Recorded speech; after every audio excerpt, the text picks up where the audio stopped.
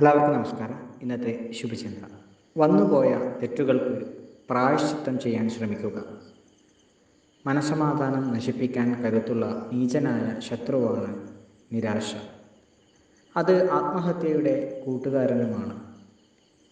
മനസ്സിനെയും ശരീരത്തെയും ഭൗതികതയിൽ നിയന്ത്രണ വിധേയമാക്കുകയും ആത്മീയതയിലൂടെ ആരോഗ്യമുള്ള ഒരു ജീവിതം കെട്ടിപ്പടുക്കുകയും ചെയ്യുക.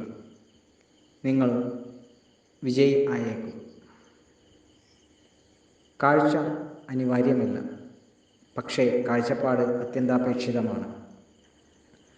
നോക്കുന്ന ദിശ മാറിയാൽ, അടച്ചിട്ട ജനാലകൾ തുറന്നു വച്ചാൽ ദൃശ്യങ്ങൾ കൂടുതൽ ആകർഷകമാകും.